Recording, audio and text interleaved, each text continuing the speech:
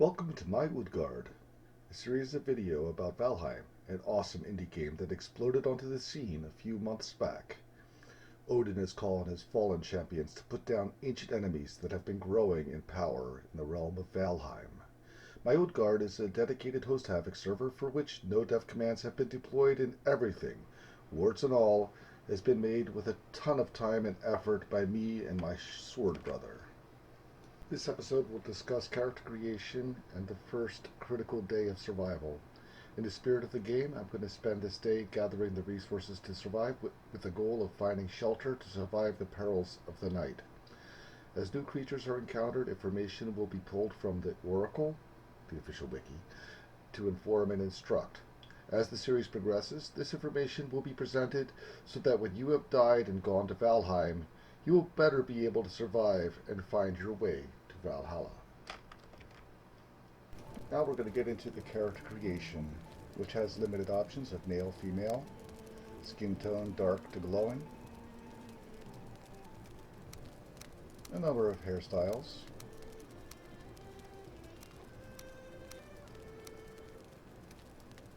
and a number of beards. Then there's the hair tone and the blondness. Finally, put in your name, and you're ready to roll. After creating the character, you have your opening sequence. Tells a cool story.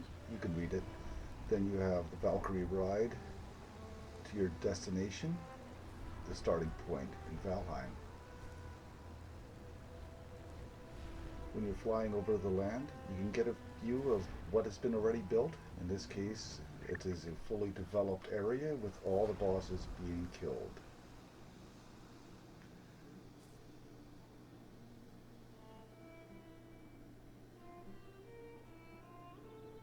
Hugin is like a tutorial. He'll provide some pointers, and this is the runestone will tell where to find the first of the Forsaken. This is Eikthyr. The power using E, you activate it using F. You can jump and run using less stamina. Hugin has more wisdom. Items need to be crafted. And as with all survival games, you start gathering by punching saplings, just the small trees. This is known as ringing the dinner bell, which draws forward greylings, which I'm fighting unarmed right now because I have no other choice. You attack with the left button, you block with the right button, the middle button kicks. The kick knocks him back. Of course, you can just go old-fashioned and avoid being hit by stepping back.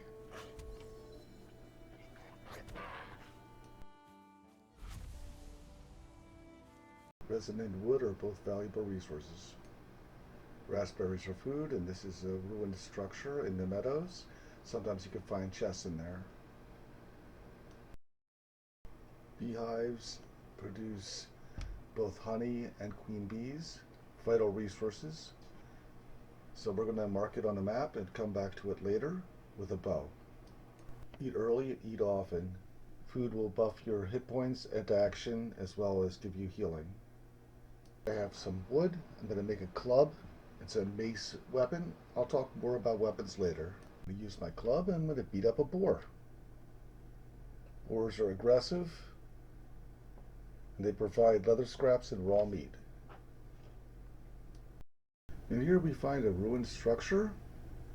Gonna take a quick look-see. No chest to be found. And I look to my west and I see the sun is setting. Nighttime is a big problem.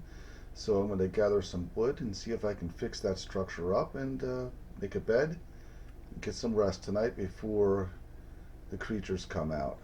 Now I'm going to take some of the stone and the wood I've collected, make a stone axe. Makes it much easier to chop down the trees. Stone axe can also be used as a weapon. Doesn't use much action, but otherwise not a good option for fighting. The tree on the right is a birch and cannot be chopped. On the other hand, can be. Just be careful it doesn't fall on your head. Chopping trees can be dangerous. Cold is going to slow down your health regen, but the bigger risk is at nighttime There's some nasties about, and you don't want to get yourself killed without a bed. It is night, and darkness has fallen. I'm going to use some stone and some wood, make a hammer. Hammer's a primary crafting tool. Once I have a tool, I need to put together a crafting bench. The crafting bench needs to have a roof to be able to repair items.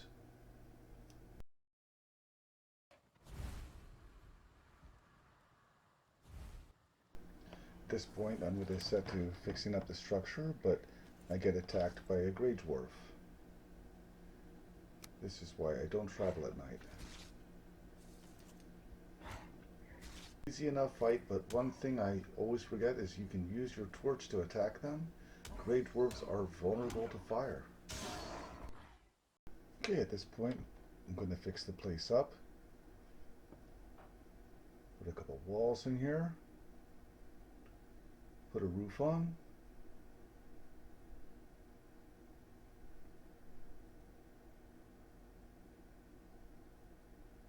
Bed. Vivian is going to talk to me again. I'm going to go and make a fire. You can't sleep if you don't have a fire near to your bed. Good night.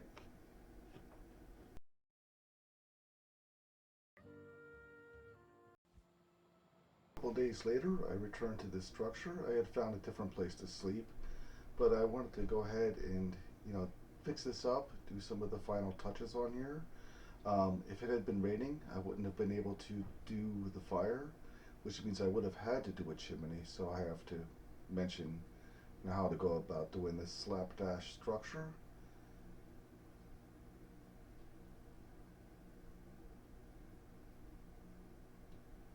So I have to break up some of the old structure here to get access to the fire area.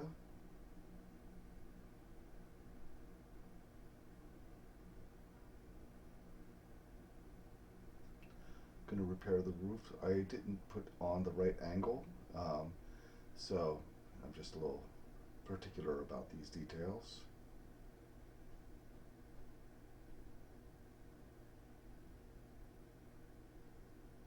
Then I got to fix up all the woodwork because if I'm attacked, the damaged structures will break earlier, then I'll have incursions. Use scaffolding to get access to the higher up position.